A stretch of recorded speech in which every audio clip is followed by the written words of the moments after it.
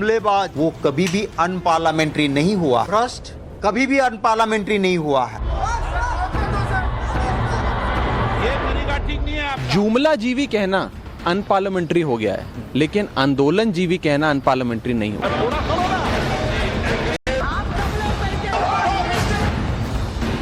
ज्यादातर भारतीय जनता पार्टी के नेताओं की भाषा शैली खराब हुई है।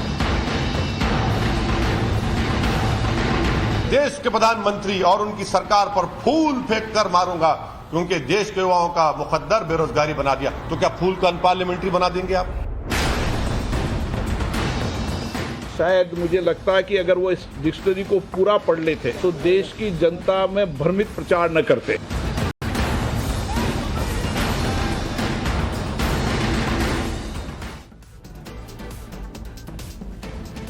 नमस्कार दर्शकों, आप मेरे साथ जुड़ रहे हैं उस शो पर जिसका नाम है सवाल पब्लिक का, और मैं हूं नाविका कुमार।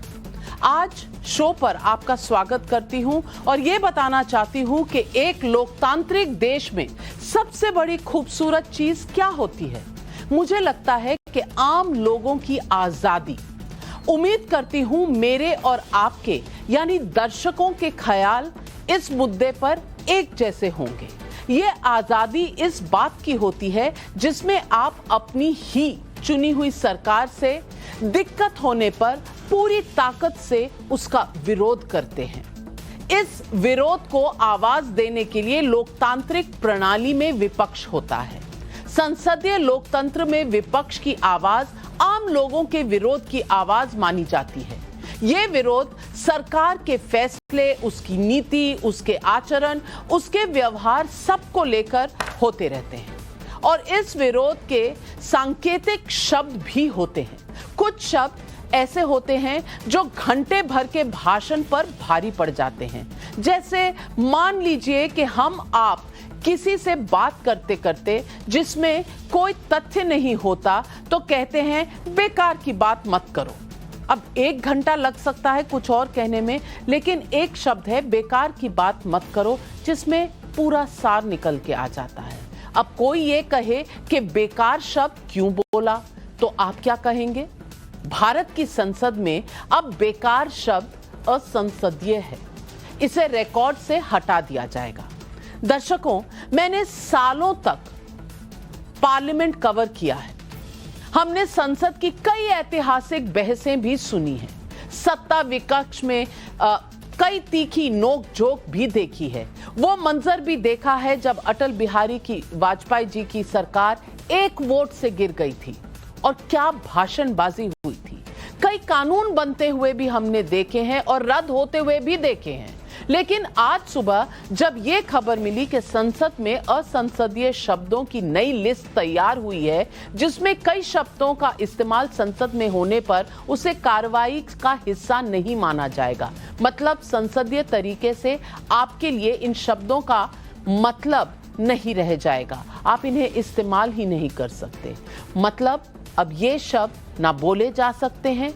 तो मैं एक ही शब्द में एक ही सांस में इन शब्दों की पूरी लिस्ट पढ़ गई, जिसको चर्चा में आपके साथ आगे बताऊंगी। लेकिन इस लिस्ट के बाद जो सवाल उठ रहे हैं वो ये है कि संसद में क्या सचमुच कुछ शब्दों पर सेंसर की जरूरत थी? क्या संसदीय लोकतंत्र में बहस का गिरता स्तर इसके लिए जिम्मेदार है? यही है आज सवाल पब्लिक का।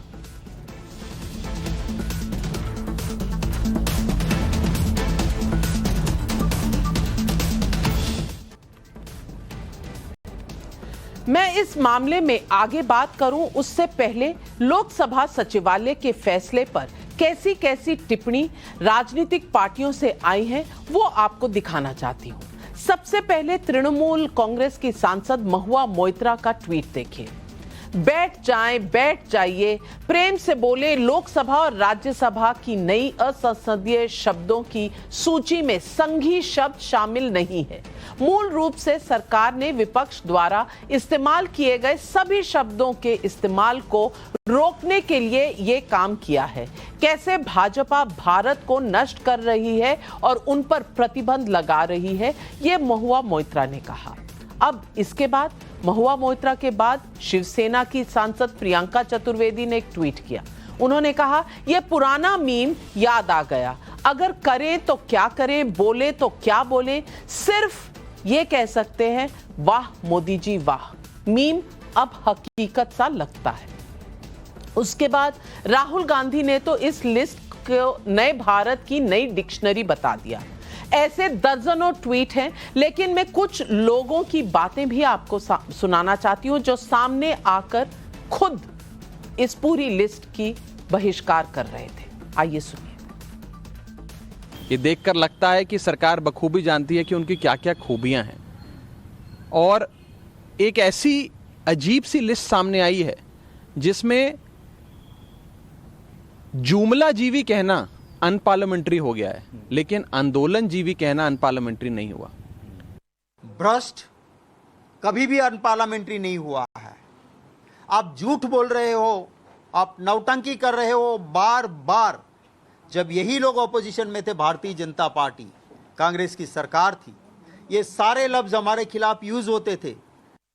मैं कहूंगा पार्लियामेंट में खड़े होकर कि मैं देश के प्रधानमंत्री और उनकी सरकार पर फूल फेंक कर मारूंगा, क्योंकि देश के युवाओं का मुकद्दर बेरोजगारी बना दिया। तो क्या फूल को अनपार्लियामेंट्री बना देंगे आप? कंटेक्स्ट इंपॉर्टेंट है। ये लफ्ज की बहस में मत जाइए। रूल्स को, प्रोसीजर को फॉलो करने की जरूरत है। आपने बयान सुन लिए, उससे पहले ट्वीट देख लिए। अब मैं आपके सामने दस्तावेज भी रख रही हूं। मेरे हाथ में देश के 4 राज्य छत्तीसगढ़, राजस्थान, हिमाचल प्रदेश और झारखंड की विधानसभा का असंसदीय शब्दों की लिस्ट है। मतलब वैसे शब्द जिन्हें पहले ही इन राज्यों की विधानसभा ने असंसदीय बताकर उस पर रोक लगा दी है। कुछ चुनिंदा शब्दों का जिक्र मैं यहां भी करना चाहती हूं। ग्राफिक्स के जरिए दर्शकों के सामने ये लिस्ट रख रही हूं। अक्षम सरकार, छत्तीसगढ़ ने इसे असंसदीय बता दिया है। अनपढ़ टाइप, राजस्थान में यह असंसदीय है। असत्य भी राजस्थान में असंसदीय है। आदिवासी बोलना छत्तीसगढ़ में असंसदीय है। उल्टा चोर कोतवाल को डांटे छत्तीसगढ़ में असंसदीय है। औकात छत्तीसगढ़, राजस्थान में दोनों में असंसदीय है। और अगर आप और सुनना चाहें तो कई घाट का पानी पीना ये झारखंड में असंसदीय है। गधा छत्तीसगढ़ में असंसदीय है। गिरगिट छत्तीसगढ़ में असंसदीय है। भ्रष्टाचार राजस्थान में असंसदीय है। हत्या छत्तीसगढ़ में असंसदीय है। अब किसी की हत्या हो जाए तो आप उसे क्या कहेंगे? हत्या नहीं कह सकते, आप कह ही नहीं सकते। भ्रष्टाचार भी नहीं कह सकते क्योंकि राजस्थान ने इसको असंसदीय घोषित कर दिया है। अब इसके अलावा भी कई ऐसे शब्द हैं। गुंडागर्दी, चोर, चोर चोर मौसेरे भाई, दादागिरी, निकम्मा, नौटंकी, बेकार, बेवकूफ, मतलब शब्दों की लंबी फहरिस्त है। और ये फहरिस्त पार्लियामेंट की नहीं बता रही, लेजिस्लेटिव असेंबलीज की भी बता रही। अब इसमें से लोकसभा, राज्यसभा में कौन कौन से शब्द लिए गए हैं, मतलब उसे असंसदीय बताकर उसके इस्तेमाल पर रोक लगाई है, इसके बारे में बात कर लें। उसकी लिस्ट देख लिए।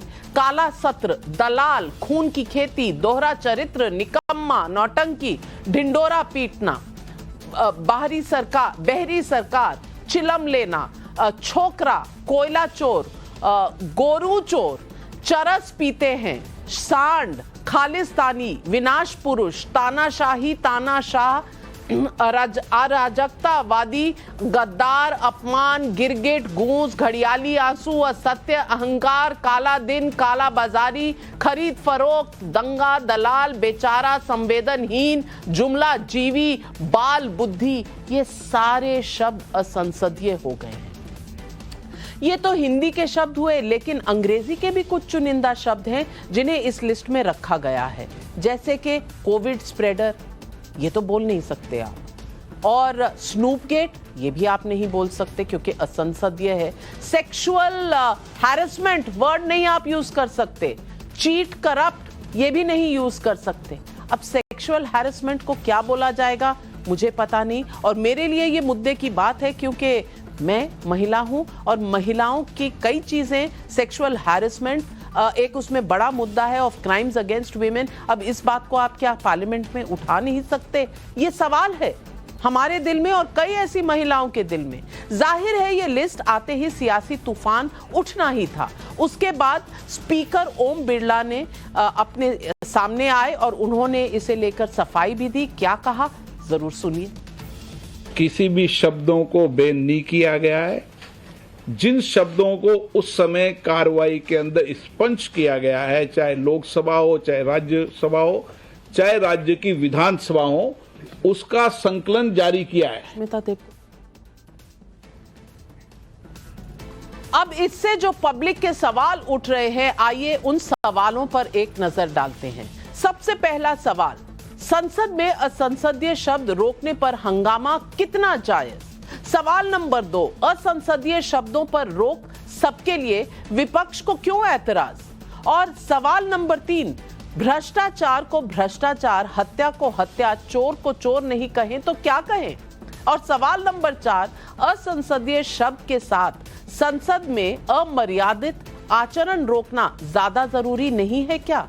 यही है आज पब्लिक के सवाल, और इन सवालों के जवाब देने के लिए हमारे साथ जुड़ रहे हैं सुधांशु त्रिवेदी जी, राज्यसभा के मेंबर ऑफ पार्लियामेंट हैं और बीजेपी के राष्ट्रीय प्रवक्ता भी। नमस्कार, सवाल पब्लिक का शो पर आपका स्वागत है। राशिद अल्वी साहब सीनियर कांग्रेस के लीडर हैं, हमारे साथ जुड़े हुए हैं। Sushmita Dev Rajya Sabha member of parliament है तृणमूल कांग्रेस से। केसी त्यागी जी जनरल सेक्रेटरी है जेडीयू के, और सुहेल सेठ मार्केटिंग गुरु भी हमारे साथ हैं। सुष्मिता देव जी, सबसे ज्यादा दिक्कत किस बात पर है? किस बात पर है तृणमूल को इतनी दिक्कत? क्योंकि तृणमूल के कई सांसदों का राज्यसभा में वीडियो भी आया था, टेबल पे चढ़े हुए थे और किस तरह की मार धाड़ हो रही थी वहां पर। यह भी इल्जाम था सॉरी कि मार्शल्स के साथ भी हाथापाई हुई है। ये सब वीडियोस निकले थे राज्यसभा से बाहर। मैं पूछ रही हूं, आचरण जरूरी है या शब्द? देखिए, आचरण भी जरूरी है और शब्द भी, क्योंकि जब हम सदन के अंदर बैठते हैं चुनाव जीतकर या राज्यसभा में काउंसिल ऑफ स्टेट से इलेक्शन जीतकर, तो पूरा देश ये उम्मीद रखता है कि दो चीजें होंगी, कि वहां पर डेकोरम रहेगा पहली बात, और दूसरी बात बोलने का मौका, फ्रीडम ऑफ स्पीच। क्योंकि हर व्यक्ति जो सदन में बैठता है वो एक जनप्रतिनिधि होता है, वो जनता की बात को सदन तक पहुंचाता है। अभी जिन शब्दों को ऑनरेबल स्पीकर ने एक्सपंज लिस्ट में किया है, दुख इस बात का है और डर भी ये है, कुछ ऐसे शब्द हैं जो अगर हम एक्सटेम्पो स्पीच देना चाहे तो शायद वो भी देना मुश्किल हो जाएगा। आपको शायद पता होगा, जब हमारी ट्रेनिंग होती थी, जब हम नए नए सदन में आए थे एमपी बनकर, एक ऐसा भी रूल है कि आप डायरेक्ट किसी कागज से पूरा अपना स्पीच पढ़ के नहीं सुना सकते, ये भी एक रूल है। तो आप बताइए, ऐसे सिंपल शब्द जैसे असत्य है, नौटंकी है या विनाश है, अगर ऐसे शब्दों को एक्सपंज किया गया है, तो शायद बिना पढ़े अगर कोई एक्सटेम्पो देना चाहे वो बहुत ही मुश्किल होगा। आप आचरण की बात करते हैं, आपका हक बनता है कि आप आचरण की बात करें कि सदन के अंदर डेकोरम होना चाहिए, पर जब जब ऑपोजिशन के सांसदों ने सदन के अंदर आंदोलन किया, जनहित में किया, आप फार्म लॉस को देखिए, यूनियन बजट, आपको पता है 73% ऑफ द यूनियन बजट जो पास होता है वो बीजेपी की सरकार आने के बाद बिना डिबेट के पास हुआ है। तो ये सिर्फ एक मुद्दा नहीं है, जो लार्जर पिक्चर है, जो बड़ी आपने कहा तैयार हो रही है। आपने कहा आचरण अगर गिरा है तो वो लोगों के कारण गिरा है, क्योंकि लोगों के मुद्दे उठाए गए, आम आदमी के मुद्दे उठाए गए। चलिए, मैं सबको, सारे पैनलिस्ट को रिमाइंड कर दूं कि 60 सेकंड का समय है सबके पास पहले कमेंट के लिए, और उसके बाद हम जब डिबेट खोलेंगे तो लंबी बात भी कह सकते हैं। लेकिन मैं राशिद अल्वी साहब से पूछना चाहती हूँ। राशिद अल्वी साहब, इन तमाम शब्दों को बैन किया सबसे पहले छत्तीसगढ़ और राजस्थान में, और सिर्फ छत्तीसगढ़ राजस्थान की अगर बात ना करें तो word dishonest, dishonesty, shame, cheat, चोरी, लूट, झूठ, करप्ट, ये सब तो कांग्रेस के जमाने में हुए हैं 1966 से लेकर 1911-12 तक, और ये तमाम लिस्टें तब से अपडेट हो रही हैं। तब कोई आपत्ति कांग्रेस को क्यों नहीं हुई? और अगर कांग्रेस की बात करें तो छत्तीसगढ़ और राजस्थान में कत्ल वर्ड आप नहीं कह सकते, आप औकात नहीं कह सकते, आप असत्य भी नहीं कह सकते, क्योंकि असत्य कहना अनपार्लियामेंट्री है। तो तब कहां थी कांग्रेस पार्टी जब ये सब लेजिस्लेटिव असेंबलीज में पास हो रहे थे? तब कोई दिक्कत नहीं थी आपको? आपके 60 सेकंड शुरू होते हैं अब। देखिए, एक तो मैं आपसे ये कहूं कि छत्तीसगढ़ हो कि राजस्थान हो, वहां पे बीजेपी की सरकारें भी रही और कांग्रेस की सरकारें भी रही। सवाल पार्लियामेंट का है। पार्लियामेंट और असेंबली के अंदर बड़ा फर्क होता है। सवाल यह है कि ये जो अल्फाज हैं, जो शब्द हैं, जिनको एक्सपंज किया जाएगा, ये लिस्ट बनाई किसने है? क्या स्पीकर को यह हक दे दिया गया कि स्पीकर एमपी क्या बोले क्या ना बोले वो फैसला स्पीकर करेगा? क्या दुनिया की पार्लियामेंट के अंदर इसी तरह होता है कि स्पीकर ने लिस्ट बना दी और दे दी एमपीज को? पार्लियामेंट के अंदर 2 कमेटीज होती है, general purpose committee, rules committee. क्या आपने कमेटीज की मीटिंग बुलाई? जनरल पर्पस कमेटी के अंदर सारे लीडर्स होते हैं, सारे जो चेयर करते हैं लोकसभा राज्यसभा को वो होते हैं। सबके साथ बैठ के आपने कोई डिस्कशन किया? आपने कोई डिस्कशन नहीं किया। आपने अपनी मर्जी से ये लिस्ट बना दी। आप मुझे बताइए, तानाशाह क्यों नहीं कहा जा सकता? क्या आज तानाशाही नहीं है देश के अंदर? चलिए, उम्दा सवाल उठाया राशिद अल्वी साहब ने। सुधांशु त्रिवेदी जी, इसका जवाब दीजिए। कोई कंसल्टेशन नहीं, कोई कमिटी नहीं, तानाशाह का शब्द जो अलाउड नहीं है, जो असंसदीय है, तानाशाही दिखाई है सरकार ने और स्पीकर ने। जवाब दीजिए।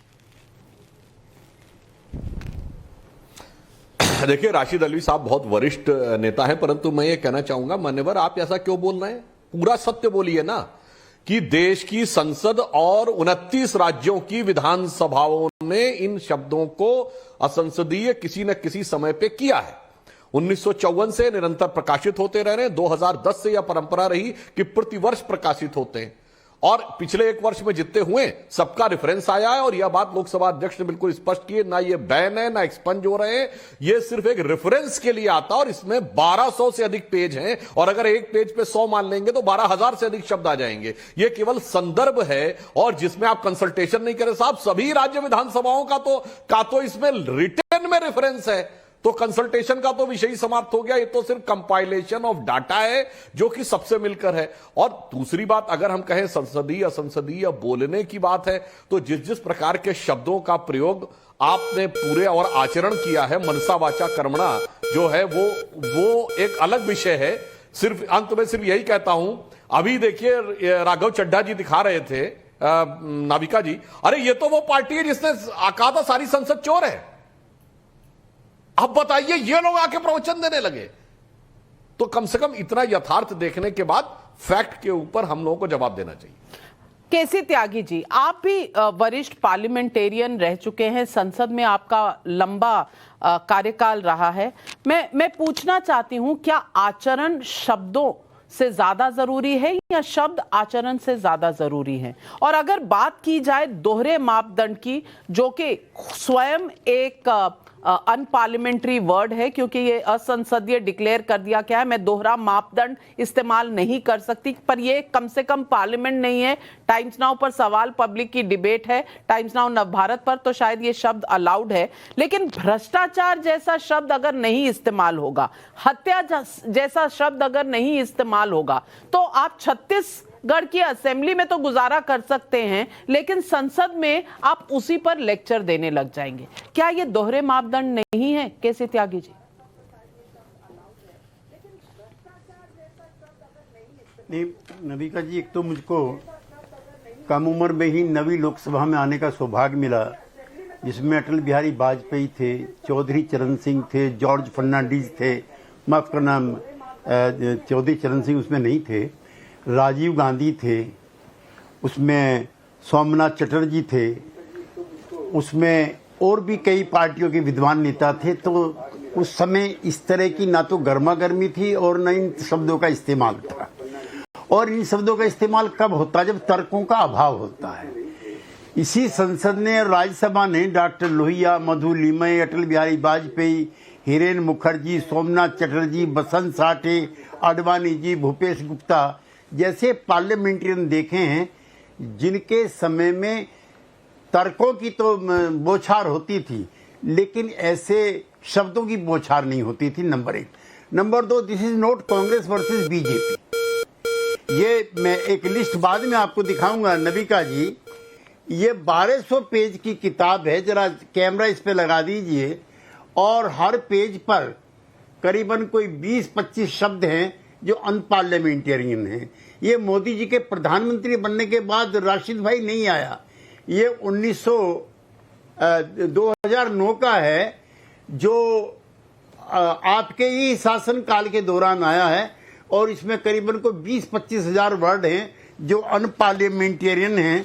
और उसमें ऐसे शब्द हैं जिनको लेकर के मैंने राजनीति शुरू की थी, जैसे सामंतशाही, जैसे लूट खसोट, जैसे भुखमरी, जैसे अछूत, जैसे अत्याचार, जैसे अधिकारों का हनन, जैसे अनर्गल, जैसे अनैतिक, जैसे अन्याय, जैसे आवाज दबाना। इन शब्दों के साथ मैंने भी और आपने भी, हम साथ के ही हैं, हम नारे लगाते थे तानाशाही नहीं चलेगी। तो जब ये शब्द 2000 मोदी जी के आने से पहले हटे, तो फिर मैं ये भी पूछना चाहता हूं, कमीशन खोर, घोटाला, ये शब्द मोदी जी के आने के बाद नहीं हटे, ये पहले हटे हैं। काला कानून, कानाफूसी, कुंभकर्ण, कुशासन, गलत परंपरा, गुलामी, घड़ियाली आंसू, ये शब्द क्यों निकाले गए? ये तो मोदी जी के आने से पहले निकले।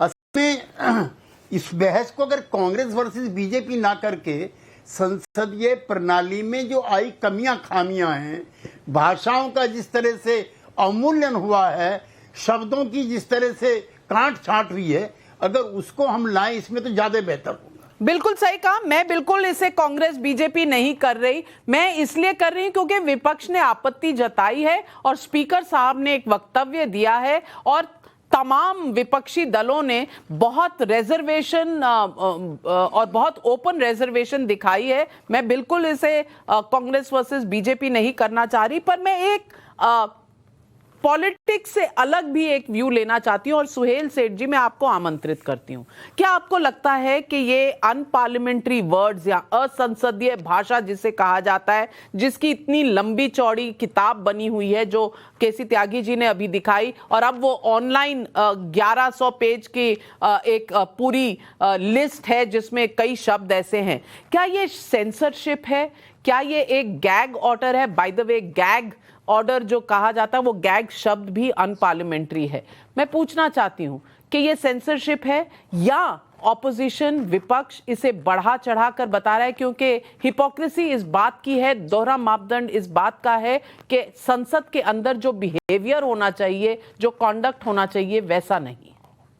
मैं तो थोड़ा हैरान हूं, क्योंकि अगर आप सुष्मिता को सुने, जैसे कि मैंने सुना, या त्यागी जी को सुने, सब यही कह रहे हैं कि जो पार्लियामेंट में आपका आचरण है वो दो चीजों का है, आपका आचरण, योर बिहेवियर, और आपकी भाषा। एक दूसरे से डिवोर्स नहीं हो सकता, क्योंकि फिर वही चहल पहल होगी। तो मैं समझता हूं कि ये एक नया दौर है। जो हमारे पुराने एमपीज होते थे, जैसे कि त्यागी जी ने भी रेफरेंस किया, उन्हें ये सब गाल गलौज करने की जरूरत नहीं थी, क्योंकि ए, वो पढ़े लिखे थे, बी, वो तहजीब वाले थे, और सी, वो जानते थे कि भाई हम देश के डेमोक्रेसी के मंदिर में अपनी बात कह रहे हैं और हम क्यों गलत भाषा का इस्तेमाल करें। पर आज वो दौर गया, और आज सारी पार्टियां, तमाम पार्टियां मिसबिहेव करती हैं पार्लियामेंट में। पर मेरा एक और सवाल है, आप पार्लियामेंट में अगर ये शब्द बैन कर भी दे तो वो बाहर आके यूज करेंगे, सब पार्टीज यूज करेंगी। इस हम्माम में सब नंगे हैं, ये नहीं कि एक पार्टी आके बाहर कुछ और बोलेगी। तो मैं समझता हूं कि आज एक अच्छा मौका है हमारे भारतीय संसद के लिए और सब सांसदों के लिए कि वो अपनी प्रतिज्ञा करें कि भाई हम इस देश के रिप्रेजेंटेटिव्स हैं और हम कोई भी खराब भाषा का इस्तेमाल नहीं करेंगे। क्योंकि नाविका जी, आप भी जानते हैं और मैं भी जानता हूं कि अगर आप बात कहना चाहते हैं तो आप बड़ी सरलता से बड़ी अच्छी तरह कह सकते हैं और आपको गाल गलौज करने की जरूरत नहीं पड़ती। वो लोगों को गाल गलौज करने की जरूरत पड़ती है जहां या वो पढ़े लिखे नहीं हो या भाषा के ऊपर कमांड नहीं हो। और मैं समझता हूं कि आज जो भी हो रहा है, और इसमें भाजपा को ब्लेम करना या कांग्रेस को ब्लेम करना या जेडीएस को या टीएमसी को, ये शोभा नहीं देता। ये एक हमारे संसद की एक बहुत ही गहरी और बहुत ही दुखनीय टिप्पणी है कि आज हमारे संसद में parliament has to expunge this kind of words. बिल्कुल आपने सही कहा। और सुष्मिता देव जी मैं आपसे पूछना चाहती हूं, आप डेमोक्रेसी की बात कर रही हैं, लोकतंत्र की बात कर रही हैं, तो अगर लोकतंत्र इतना जरूरी है तो क्यों नहीं वेस्ट बंगाल असेंबली की डायरेक्ट टेलीकास्ट होती? क्यों लोग नहीं देख पाते कि किस तरह से असेंबली के अंदर वाद विवाद तर्क वितर्क हो रहा है? क्यों नहीं? क्या ये डेमोक्रेटिक नहीं होगा कि पब्लिक भी देख सके कि हमारे एमएलएस जो हैं वो किस बात पर और कैसे विचार विमर्श कर रहे हैं? तो आप जब उंगली उठाती हैं संसद के ऊपर, तो क्या खुद के गरिमान में देखने की जरूरत नहीं? देखिए, डायरेक्ट टेलीकास्ट तो असम में भी नहीं होता और वहां बीजेपी की सरकार है। बात वो नहीं है। बात जरूरी ये है कि पार्लियामेंट्री लैंग्वेज को गवर्न करती है आर्टिकल 1052। उसमें लिखा है कि जो पार्लियामेंटेरियंस अंदर बात करते हैं उनका अधिकार है, फ्रीडम ऑफ स्पीच है, पर nothing should be defamatory, it shouldn't be insulting, it should not sorry मैं इंग्लिश वर्ड्स यूज कर रही हूँ क्योंकि कॉन्स्टिट्यूशन में इंग्लिश में यहाँ लिखा हुआ है। तो सवाल ये उठता है जो सुहेल सेठ जी कह रहे हैं और राजीव त्यागी जी ने कहा है कि संदर्भ भी मैटर करता है, कि संदर्भ भी मैटर करता है। आप देखिए ना, प्रधानमंत्री जी ने खुद ऑपोजिशन को ब्लाइंड कहा है, एक बार नहीं कई बार, आप पार्लियामेंट पे देख लीजिए, पर वो ब्लाइंड शब्द इसमें नहीं है, पर असत्य शब्द है। प्रधानमंत्री जी ने किसी एक पार्टी के लिए टुकड़े टुकड़े गैंग का शब्द यूज किया है पार्लियामेंट के अंदर। क्या वो प्रधानमंत्री या किसी भी सांसद को शोभा देता है? ये अहम सवाल है। अगर आप गरिमा की बात कर रहे हैं और ये भी मान रहे हैं कि स्पीकर का डिस्क्रेशन होता है, संदर्भ को देखते हुए एक्सपंज किया जाए, तो मैं कहूंगी कि इस लिस्ट में कई और शब्द भी होने चाहिए जो नहीं हुए, वो भी अहम सवाल है।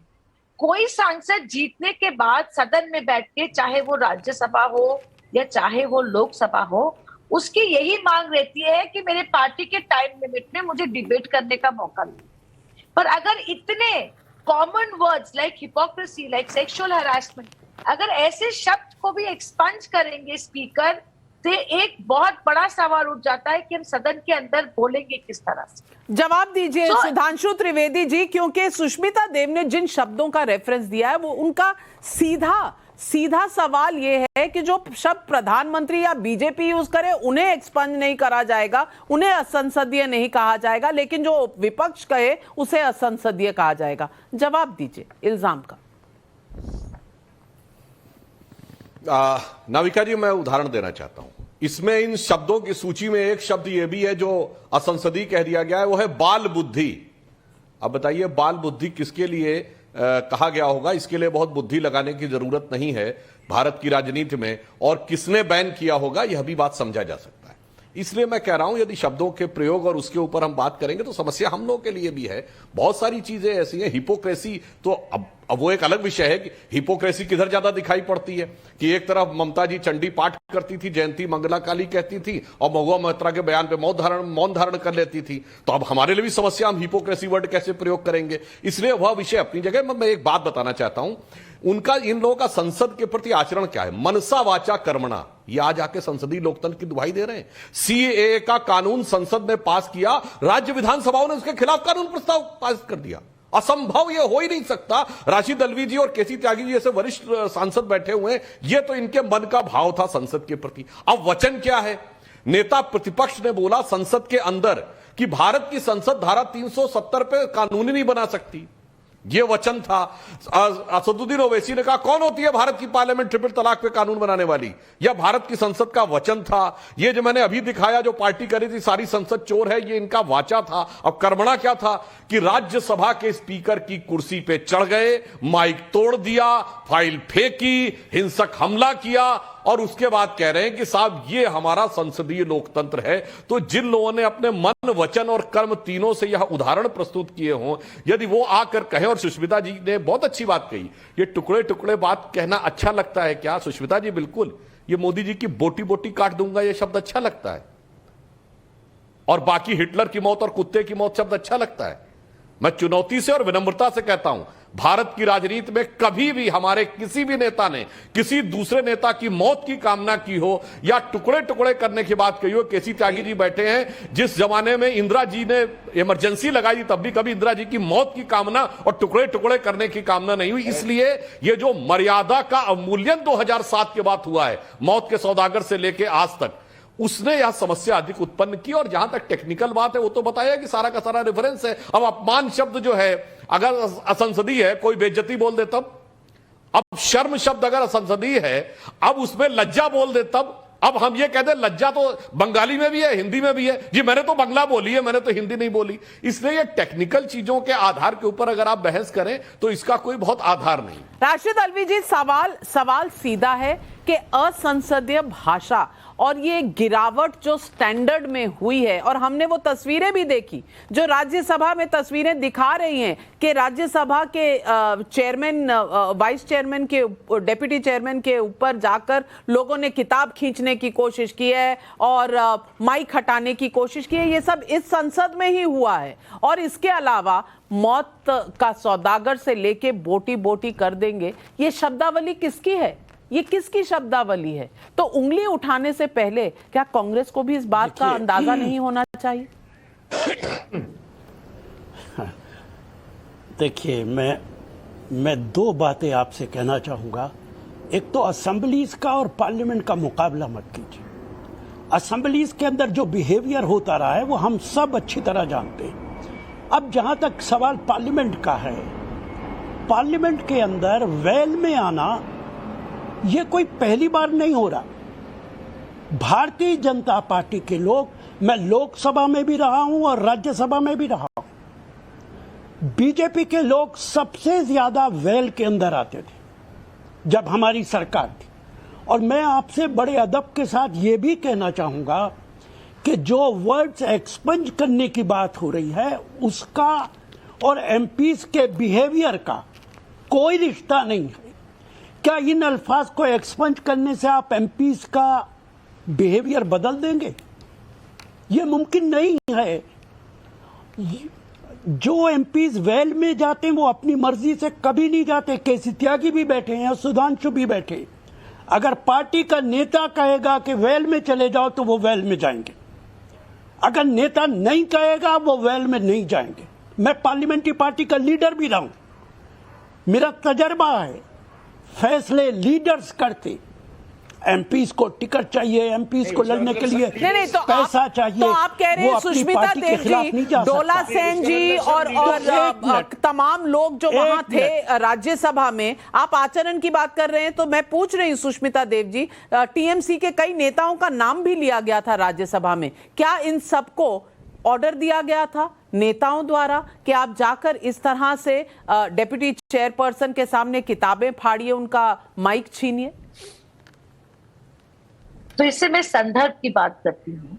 जिस तरह से फार्म लॉज को पास किया गया, और मैं ये याद दिला दूं अपने व्यूअर्स को, इसी कानून को प्रधानमंत्री जी को वापस लेना पड़ा। और विपक्ष के नेता या विपक्ष के सांसद यही कह रहे थे, जब लोकतंत्र में अगर आप फार्म लॉज को बिना डिबेट किए पुश करेंगे तो सदन में व्हाट डू आप क्या उम्मीद करते हैं कि ऑपोजिशन के एमपीज क्या करें?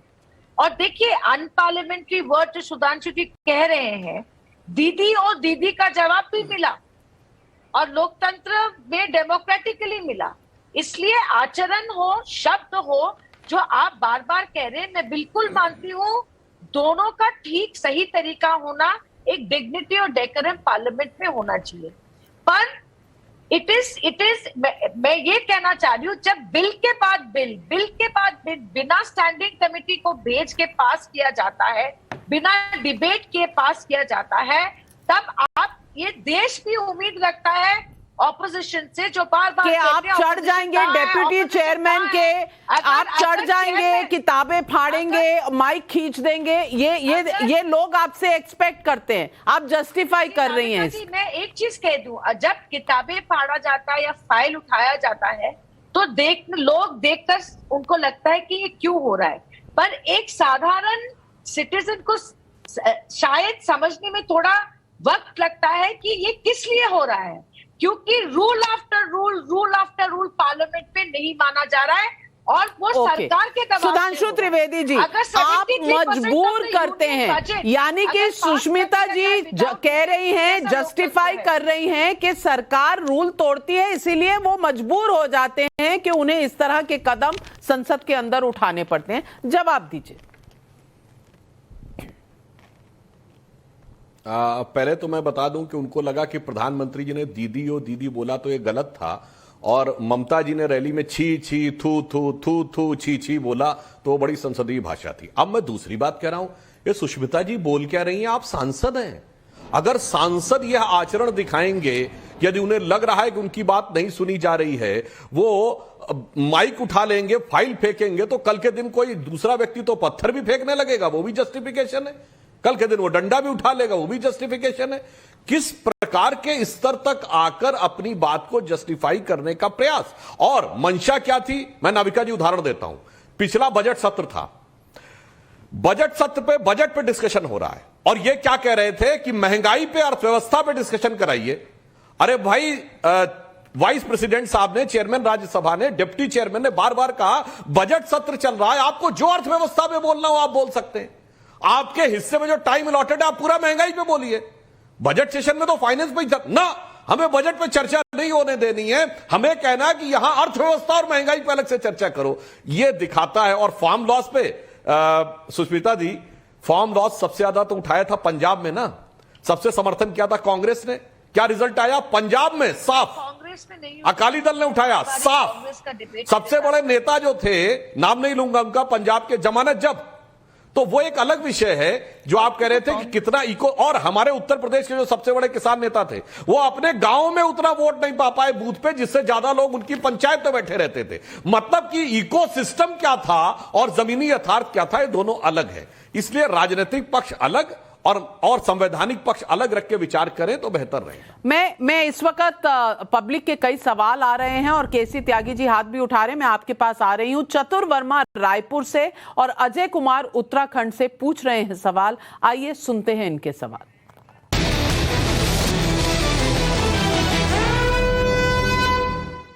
अगर विपक्ष सरकार के सवाल में भ्रष्टाचार, झूठ, अहंकार जैसे शब्दों का उपयोग नहीं करेगा तो अपना सवाल कैसे पूछेगा? क्या ये विपक्ष की आवाज को दबाना नहीं है? अगर कोई शब्द संसद ने असंसदीय करार दिए तो उनका इस्तेमाल करना ही क्यों? क्या साफ भाषा में अपनी बात नहीं रखी जा सकती? पहला सवाल सुधांशु जी आप, और फिर मैं राशिद अलवी साहब से पूछूंगी।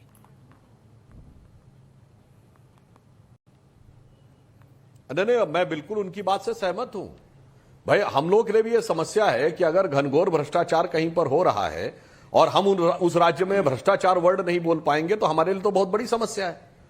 तो दोनों बात, समस्या दोनों तरफ से है। ऐसी बात नहीं जैसा दमन हो रहा है पश्चिम बंगाल में, अब हम कहेंगे साहब पश्चिम बंगाल में असत्य बोला जा रहा, हम असत्य नहीं बोल पाएंगे तो कैसे बात चलेगा हमारे लिए। अब जैसे राजस्थान में जिनकी पार्टी ने कमिटमेंट किया था कि हम देशद्रोह का कानून हटा देंगे और वो विधायकों पर देशद्रोह का कानून लगाएंगे, और हम कहेंगे कि आपने अपने, कांग्रेस ने घोषणा पत्र में असत्य बोला था, अब असत्य नहीं बोल पाएंगे। मानवीय बात है, यह चीज की समस्या है, परंतु मैं फिर बता रहा हूं, यह सिर्फ रेफरेंस है, इसमें ना एक्सपेंज है ना बैन है, कुछ नहीं है। कोई भी शब्द भिन्न भिन्न संदर्भों में कभी ये किया गया तो उसका एक कंपाइलेशन ऑफ डाटा है और कुछ भी नहीं है इसका अर्थ। राशिद अलवी साहब, क्या साफ भाषा में किसी का विरोध नहीं हो सकता? ये पब्लिक का सवाल। देखिए, एक तो मैं सुधांशु जी को ये सही कर दूं, अल्फाज बैन नहीं है, लेकिन अगर आप पार्लियामेंट में बोलेंगे तो एक्सपंज कर दिया जाएगा, कार्रवाई से निकाल दिया जाएगा। जहां तक सवाल यह है कि अगर ये अल्फाज नहीं बोले जा सकते, मेरी तो समझ में नहीं आ रहा कि पार्लियामेंट के अंदर भाषण क्या दिया जाएगा। आप कह रहे हैं दंगे का जिक्र नहीं होगा, सेक्सुअल हैरासमेंट की बात नहीं होगी, अहंकार नहीं किया जाएगा। जो काम बीजेपी करती है उस पर सबने आपने पाबंदी लगा दी, तो हम सरकार के खिलाफ माफ कीजिएगा, बोलेंगे तो क्या बोलेंगे? माफ कीजिए, सेक्सुअल हैरेसमेंट आप कह रहे हैं बीजेपी करती है? एक मिनट, नहीं, ये आपने कैसे कहा मान्यवर? आप इतने वरिष्ठ व्यक्ति हैं। बीजेपी का एमएलए जेल के अंदर है, बीजेपी का एमएलए जेल के अंदर है, यूपी के अंदर बीजेपी का एमएलए जेल के अंदर है। और एक बात मैं और कहूं आपसे, यहां पे जब हमारी सरकार थी, मैं नाम नहीं लेना चाहता, वरिष्ठ लीडर हैं बीजेपी के, वो डिप्टी लीडर थे राज्यसभा में, सरदार जी, समझ सब जाएंगे, कभी पार्लियामेंट चलने नहीं दी उन्होंने। जब पार्लियामेंट बैठती थी इतना हंगामा करते थे, आप उठा के देख लीजिए वीडियो, चलने नहीं देते थे। और आज सरकार का रवैया यह है, अभी मेरे दोस्त सुधांशु कह रहे थे 3 तलाक का कानून बना, हंगामा हुआ, सीएए का बना कानून हुआ, क्या स्टैंडिंग कमेटी नाम की कोई चीज नहीं पार्लियामेंट में? क्या आपने कोई डिस्कशन कराया इन कानून पे? किसान का कानून बगैर किसी डिस्कशन के बनेगा, सीएए बगैर विचार के बनेगा, 3 तलाक बगैर विचार के बनेगी। ये तानाशाही नहीं है तो क्या है? और अब तो मुझे डर ये है, ये अल्फाज सिर्फ पार्लियामेंट में नहीं, ये आईपीसी के अंदर न रख दें कि जो ये बोलेगा उसे उम्र कैद हो जाएगी। आप कहां ले जा रहे हैं इस देश को भाई? इस देश के लोकतंत्र के साथ क्यों मजाक कर रहे हैं? आज पार्लियामेंट के अंदर बोलना मुश्किल हो जाएगा अगर इन अल्फाज का इस्तेमाल नहीं होगा। अभी आपने कहा कि फला ने बोल दिया टुकड़े टुकड़े, तो मोदी जी ने ये बोल दिया। अरे मोदी जी देश के प्रधानमंत्री हैं, अगर कोई मामूली आदमी कुछ बोलता नहीं, नहीं तो देश के प्रधानमंत्री हैं, आप कह रहे हैं कि ऊंचे स्तर पर हैं, प्रधानमंत्री हैं, पर इसी प्रधानमंत्री के खिलाफ राहुल गांधी ने कहा नहीं था कि चौकीदार चोर है, चौकीदार चोर है, तब वो प्रधानमंत्री नहीं थे। ये और डंडे लेकर लोग मारेंगे तब वो प्रधानमंत्री नहीं थे। केसी त्यागी जी, मैं आपसे ये सवाल पूछना चाहती हूं, अगर कंपैरिजन कर रहे हैं राशिद अल्वी साहब, तो अपशब्द तो प्रधानमंत्री के बारे में जिस तरह से कहे गए थे 2007 से सुधांशु जी ने कहा, क्या ये सच्चाई नहीं है? देखिए, सारे पैनल में सुहेल सेठ जी किसी पार्टी से जुड़े हुए नहीं हैं, और जिनका प्रारंभिक संबोधन था, मैं उससे एग्री करता हूं कि ये दौर बदला हुआ है।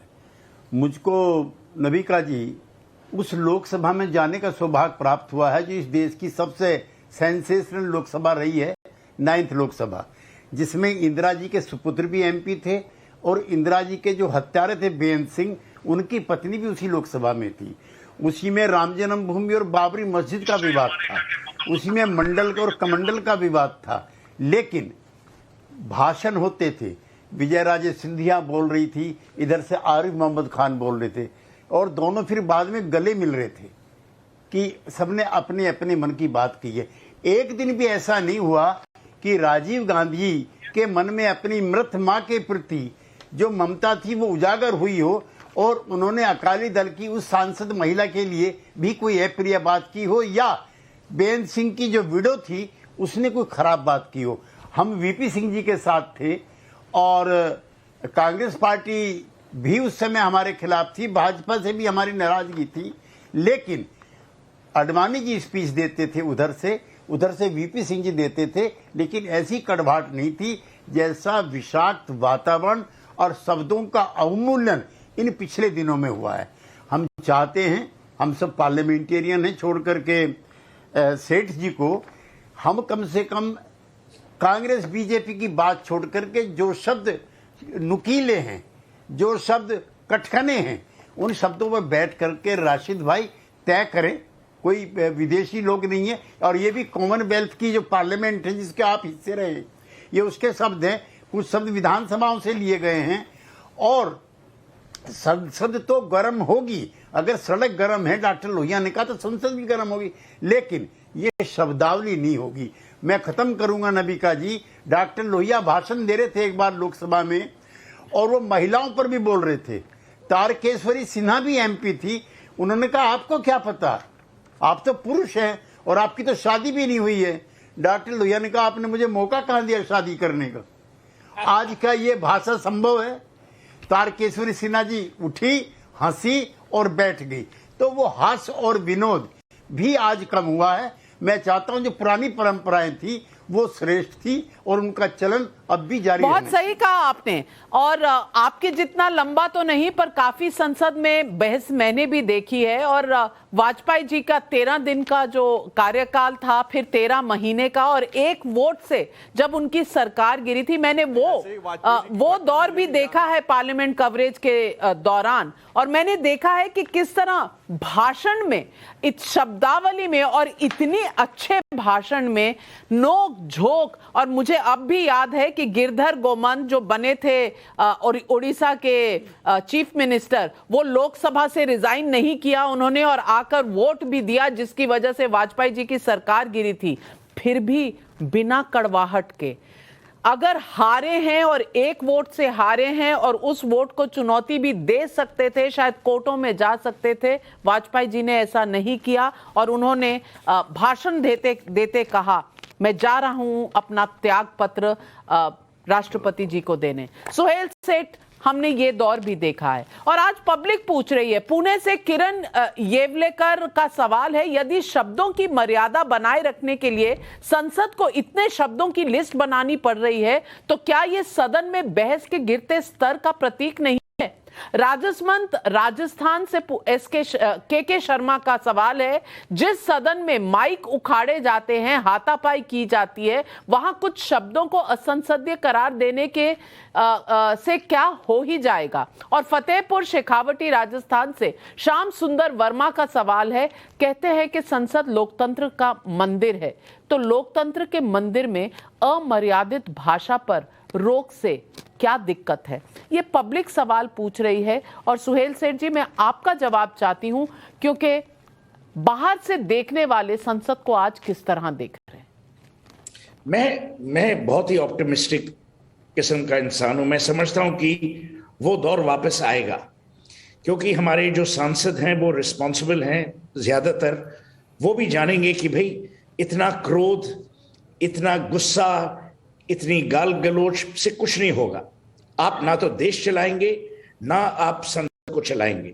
तो मैं ये समझता हूं नाविका जी कि आज जो बहस हुई है, सारे जहां सांसद और पूर्व सांसद जो बैठे हुए हैं, यही हमारी मैसेज लेके जाएंगे, पब्लिक की मैसेज ये लेके जाएंगे कि भाई अब बहुत हो गया।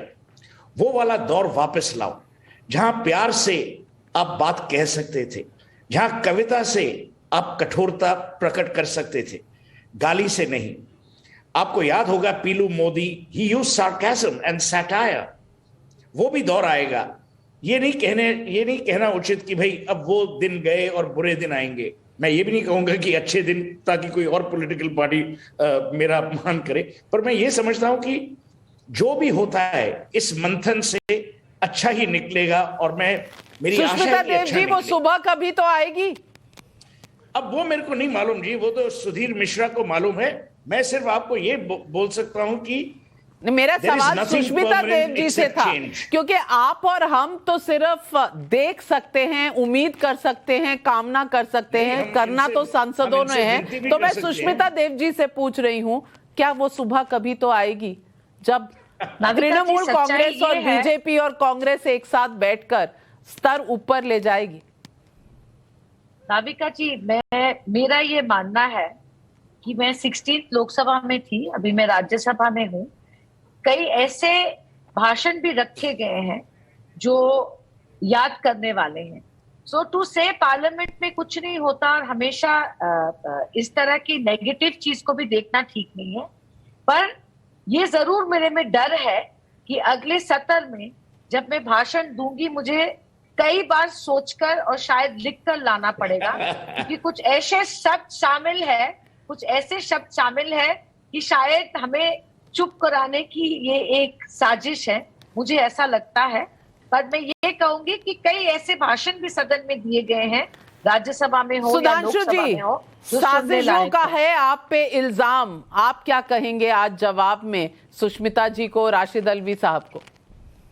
He is not the speaker. He is a party. देखिए, एक तो मैं बात एक टेक्निकल जवाब देता हूं। जैसा कि अभी केसी त्यागी जी ने 2009 की वह पुस्तिका दिखाई, अब उसमें भुखमरी शब्द है, क्या बाद में यूज नहीं हुआ है? क्या भुखमरी शब्द क्या हटा दिया गया है? क्या भ्रष्टाचार शब्द है उसमें 2009 में ही नहीं, मगर यूज हुआ है ना। घोटाला शब्द है, फिर भी ना, कभी नहीं हटाया गया। इसलिए जो आप लोग व्यर्थ का वितंडावाद खड़ा कर रहे हैं वह अपनी जगह है। और दूसरा मैं ये कहना चाहता हूं कि आप लोगों ने जो बात कही, अभी जो केसी त्यागी जी ने कहा था, कोई बात किस ढंग से कही जा सकती है और गुस्से को भी कैसे डाइवर्ट किया जा सकता है। मैंने एक किस्सा सुना है, अब मुझे पता नहीं क्योंकि हम लोग को तो जन्म से पहले की बात है, कि एक बार इंदिरा जी ने बहुत नाराज होकर अटल जी से कहा, आपके अंदर साहस नहीं हो सकता आप लोगों में कि हमसे नजर से नजर मिलाकर बात करें। तो अटल जी ने उत्तर में कहा, हां यह सच है कि मेरा साहस नहीं हो सकता कि प्रधानमंत्री से नजर में नजर मिला के बात करूं, क्योंकि अगर नजर से नजर मिला लूंगा तो नजर हटाना बड़ा मुश्किल हो जाएगा। अब आप सोचिए कि उस गुस्से को उन्होंने डाइवर्ट भी किया। अब आजकल होते तो एक विवाद, आज समस्या जानते क्या हो गई है? जैसे किसान आंदोलन था तो टीएमसी सबसे पहले आके वेल में कूदती थी। अब कांग्रेस की मजबूरी है कि उसे दिखाना है कि हम उससे ज्यादा हैं। तो आम आदमी पार्टी को यह लगता था कि हम क्या करें, चलो हम सेक्रेटरी जनरल की टेबल के ऊपर चढ़ जाते हैं। तो चौथा कहता हम किताब फाड़ना शुरू कर देते हैं। ये जो जवाबी कव्वाली है ना तीखी राजनीति में, इसने बहुत बड़ी समस्या उत्पन्न की है। और इस कारण से जो एक फियर्स कंपटीशन है, जैसा कि राशिद अलवी जी ने कहा, वेल में आने में प्रॉब्लम नहीं है, मगर सब में जो एक होड़ लगी है कि कौन किसको ज्यादा दिखा दे कि मैंने ज्यादा तीखा किया है, उसने एक बहुत बड़ी समस्या उत्पन्न की। अन्यथा मर्यादा में रहते हुए बहुत अच्छे ढंग से चीजों को बहुत प्रभावी ढंग से किया जा सकता है। और मुझे गजल का एक मुखड़ा याद आता है। वो कहते हैं कि हर एक बात पे कहते हो तुम के तू क्या है, तुम ही कहो कि ये अंदाज़े गुफ्तगू क्या है। तो अंदाज़े गुफ्तगू हम अच्छा भी कर सकते हैं, बुरा भी कर सकते हैं, एक दूसरे को तू नोक झोंक करके। सुधांशु जी, मैं कैसे शायरी करके बंद कर सकती हूँ? बिल्कुल, ये हक आपका है और आमंत्रित करती हूँ आपको। देखिए, ऐसा है कि जो आपने बात कही, पुराने जमाने में एक कहावत थी कि अगर राजा आपकी बात से खुश हो जाता था तो हाथी दे देता था, और नाराज हो जाए तो हाथी के पांव के नीचे कुचलवा देता था। तो एक पुरानी कहावत है कि बातें ही हाथी पाइए और बातें ही हाथी पांव।